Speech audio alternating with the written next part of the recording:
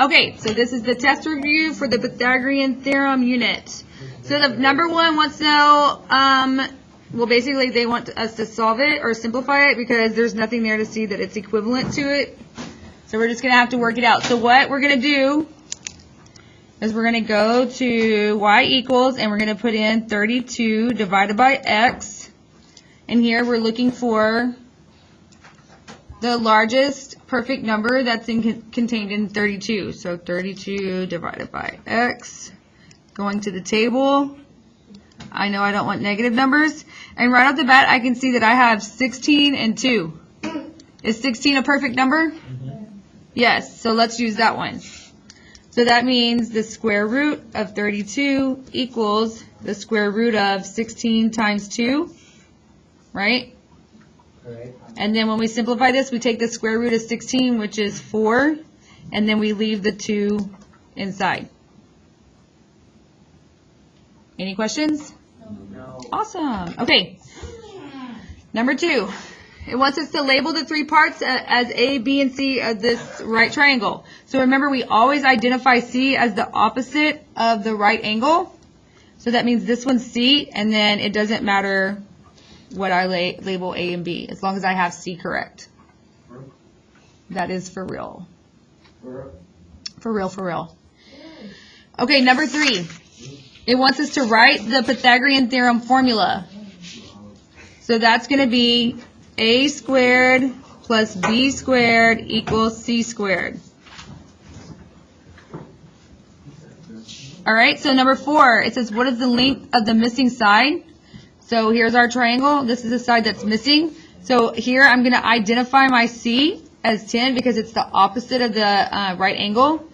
So I can say this is A and this is B. So when I set it up in this form right here, I would have 8 squared plus B squared equals, what is the other one, 10? 10 squared. Okay, and now we want to start simplifying it. So 8 squared is 64 plus B squared equals, and 10 squared is 100.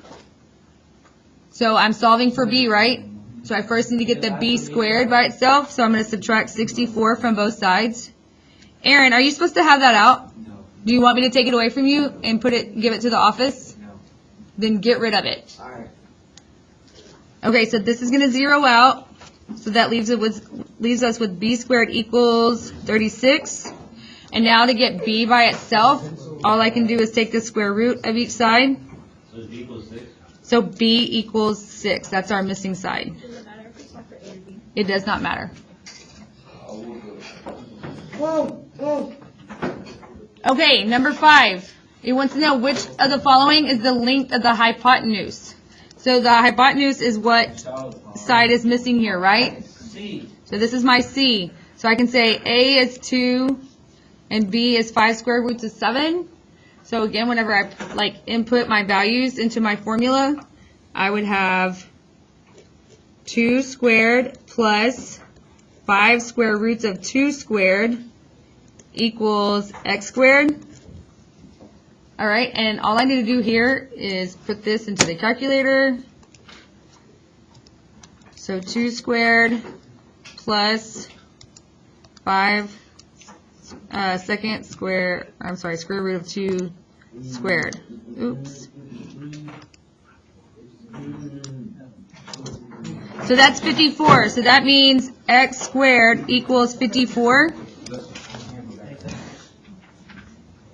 Okay, Aaron, I want you to move over here. Yeah, move. Yeah. Oh my gosh, that y'all. Fit y'all. Hey, did I ask you to move? Just please move, okay? All right, so now I'm ready to take the square root of each side. That goes away, and I see that x equals. Now, 54 is not a perfect number, so I have to go into, again, the y equals and do 54 divided by x. Going to the table, I'm looking for the largest perfect number, which is going to be right here, 6 and 9. 9 is going to be my largest perfect number inside 54. So that this means this is the square root of 9 times 6. When I take the square root of 9, I get what? 3.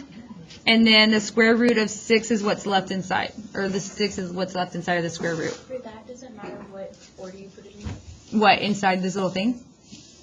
No, I mean like This right here? Could I said 5 square root of 2 squared plus 2 square root of 2? No, like when you have a square root 9 times 6, could you put 6 times 9? Yeah. Yeah, because order doesn't matter when it comes to multiplication. All right, moving on to number 6.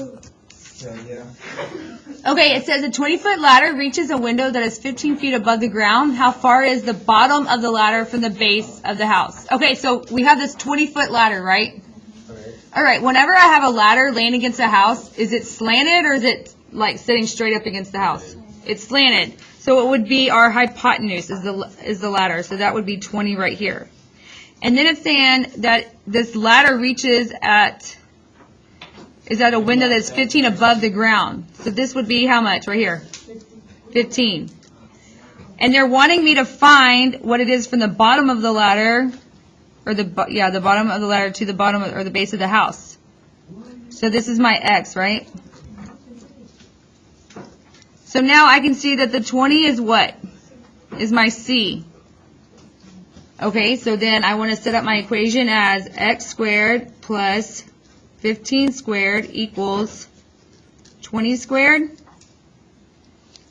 Okay, so 15 squared is what, 225? So this is X squared plus 225 equals, and then 20 squared is 400. So now I need to get this X squared by itself, so I'm going to subtract 225 from both sides. So that gives me X squared equals, I believe it's 175. It is 175? Yeah, so 175. And then I have to take the square root on both sides. Okay, so again, I know that 175 is not a perfect number, huh? No, I want to go to y equals, and I'm going to do 175 divided by x, and then go to the table, looking for the largest one. So look, but 35 is not a perfect number. But 25 is, and then I have 7, which is a prime number, so I can use those. So that means that this right here equals the square root of 25 times 7.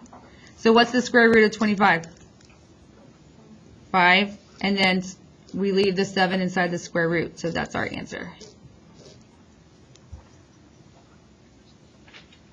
Now this one, they might have it in a decimal since they're talking about the measurement of something, because remember I said when it came to measurements, we don't usually say, oh, that's 5 square roots of 7, right?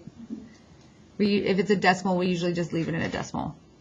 But whenever you're looking at the answer options on the test, you'll be able to see what you need to do. Okay, so number 7, what is the maximum height of a person that would be able to stand in the tent? So this is the height of my tent, right? Of my tent, correct? Yeah. All right, so since I see it's a triangle, I know that I'm going to use the Pythagorean theorem, but it has to be a right angle, correct? So you split the base in half. Very good. I'm going to split the base in half, so I'm going to focus over here. So from here, I know this is my right angle, so I see that 10 is my C, and then I can just label this as X. Either one of these can be my A or B. So I'm going to say X squared plus, not 16, right? It's 8 squared, because remember we have to half it, equals, and then 10 squared. Harmon, please stop talking.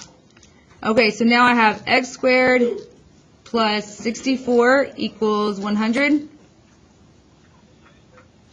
And then I'm just going to subtract 64 from both sides. So then I have X squared equals 36. And now to get X by itself, I just need to take the square root of each side. So I get that X equals 6. And that's the tallest someone can be, or the maximum height. All right, ready for number 8? Okay, so again, we're looking for the missing side. So since this is the opposite of my 90-degree angle, I know this one is C. So that means I have 16 squared plus X squared equals 20 squared. Okay, did we figure out did I already do a 16 squared before? I don't think I have. It's 256. It's 256. Okay, so 16 squared is 256 plus x squared equals, and then this is going to be 400.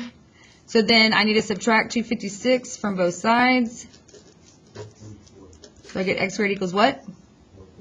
144. Yeah.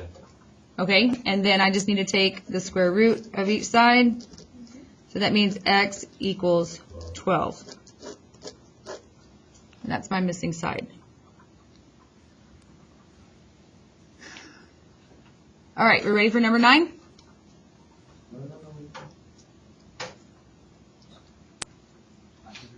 Yes? Yes. Okay. Okay, so number 9, it says LM, looking at down here, LM is congruent to MO. So that means these are equal to each other. So I want to determine the length of the whole thing, right? LO.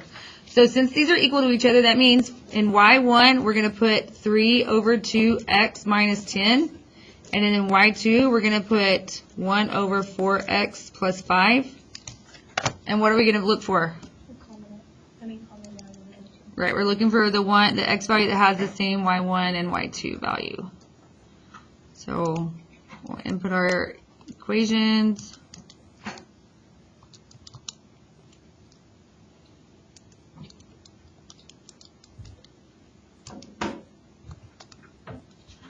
So go into the table. I see it's 8. No? You said 8? Yeah. Well, I meant 8, not x. Wait, what? No, it's 12. X equals 12. Oh, okay. My bad. Yes, x equals 12. Okay, since y1 and y2 are 8, doesn't that mean that this right here is 8 and this right here is 8? Isn't that what that means? Because they're the same, right? They're equal to each other. They're congruent. So if I want LO, I have to say 8 plus 8 because that's this section plus this section to give me the whole thing, which equals 16. So just remember, whenever we set them equal to each other, the y1 and y2 are telling us what their values are. All right? Can y'all remember that? Yes. Awesome. All right, can I flip over? Okay. Now, before we start these, we made a mistake on this. Get rid of this and put 3x minus 20. So instead of plus 20, it's going to be minus 20. Because with the plus 20, it works out to be a negative. And it doesn't make sense because you can't have a negative angle. Okay. So for number 10, it wants to know, it says that angle ABD and angle DBC are congruent angles. So what does that mean again? They're equal to each other. And then it wants us to find the value of x. So I can take 3x minus 20 and set it equal to 2x minus 7. And that means I'm going to take this one and put it into y1, right? This one into y2. And then it's going to tell me what my x value is by finding the one where y1 and y2 match up. So I have 3x minus 20 and then 2x minus 7.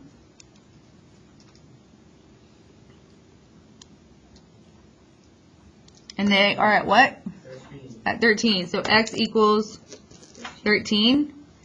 Okay, so then it says, what is the measure of angle ABD? So ABD is right here, right? Can we find this value from the y1, y2? Yes, because they were set equal to each other. So I see that that one has a value of 19, and that means this one has a value of 19. So angle ABD equals 19. You can't see what I wrote down, can you? Okay, so now it wants me to find the angle measure of ABC, which is the whole thing. So what do I do? 19 plus 19. Very good. So for angle ABC, it would be 19 plus 19, which equals 38. Oh, sorry. Any questions over that?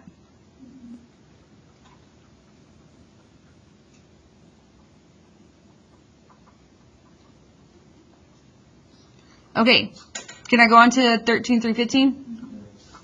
All right. So for 13, it wants to know what the measure of angle UYZ is, right? Well, I see that it is the opposite of this angle, correct?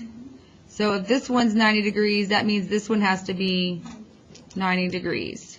So angle UYZ equals 90 degrees. Okay, so then 14, it wants to know what the measure of angle AYO is, I'm sorry. So that means for this whole side it equals 90, right? So if I say 25, and let's say that this one's x, that's what we're looking for, right? So 25 plus x plus 37 would equal what? So 62. I'm saying 25 plus x plus 37. What does that equal? Look at this. I want to know.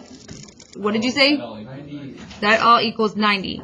So then that means I can take this 25 plus, let me go. Ooh, come on. You gotta go. Don't say it out loud. It's being recorded. Shh. Don't talk about it right now. Just talk about it when you come back. So it's not all over YouTube. Aaron. Okay, so we're going to say 25 plus x plus 37 equals 90. So whenever I find x, isn't that going to be the angle of AYO? Okay, just making sure everybody understands that. So first I'm going to combine my like terms. So 25 plus 37 is what? That's right. So x plus 62 equals 90. Then I need to subtract the 62 from both sides. So then I see that x equals 28. So that would be my answer. That is the angle of AYO. If we turn this review, do we get credit? Tomorrow? Before the test? Yeah.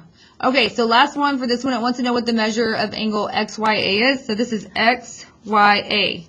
So I'm looking for this piece right here. What is the test tomorrow? Yeah. When you tell us this? Today? It's been up on the agenda all week.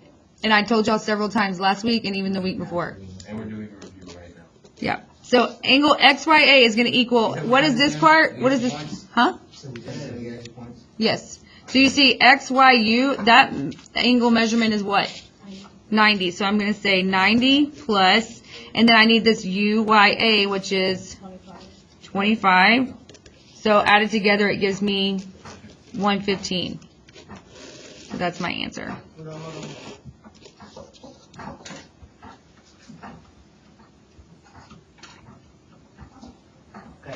Got it? Okay. So now number 16. It says Emma measured angle CST and discovered it was 115 degrees. So that means CST right here, this whole thing is 115 degrees, right?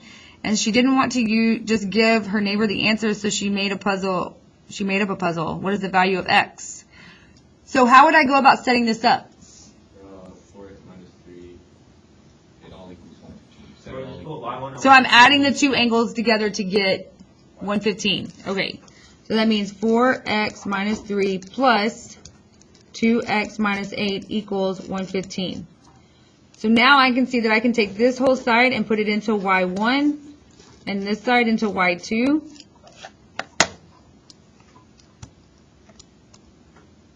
Does anybody have it by any chance? It's 21. That's the x value? Okay. And there. So let me scroll all the way down there. Okay, so x equals 21. Is that all it was asking me to solve for? Okay, awesome. So that's all we need.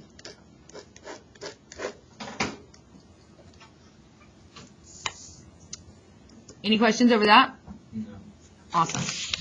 All right, so now looking at 17 through 19, we're going to use this diagram right here. So for 17, it wants to know how far it is from Megan's house to the Valero gas station. So I can see the whole thing from her house to the school is what? 80. Something. Not 80 something. It's just 80. It's 80, yeah. Okay. And they got 80 from adding all these up, right? Okay, so that's what I'm going to have to do in order to figure out what x is to then plug back into my 2x over here to figure out how Which you only what the distance was from her house to the gas station. What? Which you only has a minus 80 minus like 24. You get the x. Well, okay, wait. So I have 2x plus 4x plus what? X plus 24 equals 80. Can I plug these in? Or work it out, whichever one? Yeah. Okay. And then, Graham, by working it out, you got what? That x equals... I don't know. Oh, I thought you worked it out. Okay, so x equals 8. All right. So now to figure out what it is from her house to Valero, I have to say 2 times 8, which equals 16.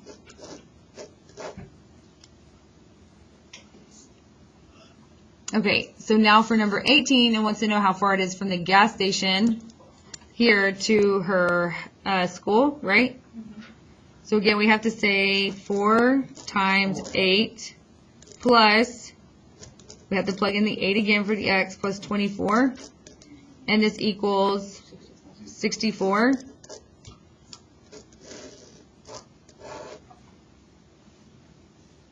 And then it wants to know what we noticed from the house to the Valero and the distance from the Valero to the HEB. So from here to here, we saw it was what? 16? Oh, yeah, 16. And then from here to here, it was 64. So what's the difference between these numbers? So there's 32, but like, could I multiply something to this number to get to this number? Yeah. What? 4. 4? So that means from gas station to school is 4 times But I thought it asked for the gas. the length. What? I thought it asked for gas station HEB. Mm-mm. Oh, Valero to the HEB. Wait, what does it say? What is it? What do you notice from the distance from the house to the Valero? Okay, so, oops, you're right. Like, what is that distance? 4 times 4? No, 4 times 8, which is 24, 32. 32. So this times, it's 2 times the distance, right? So it's twice the distance. From, which one is that one? The HEB? Valero. So gas station to HEB is 2 times the length.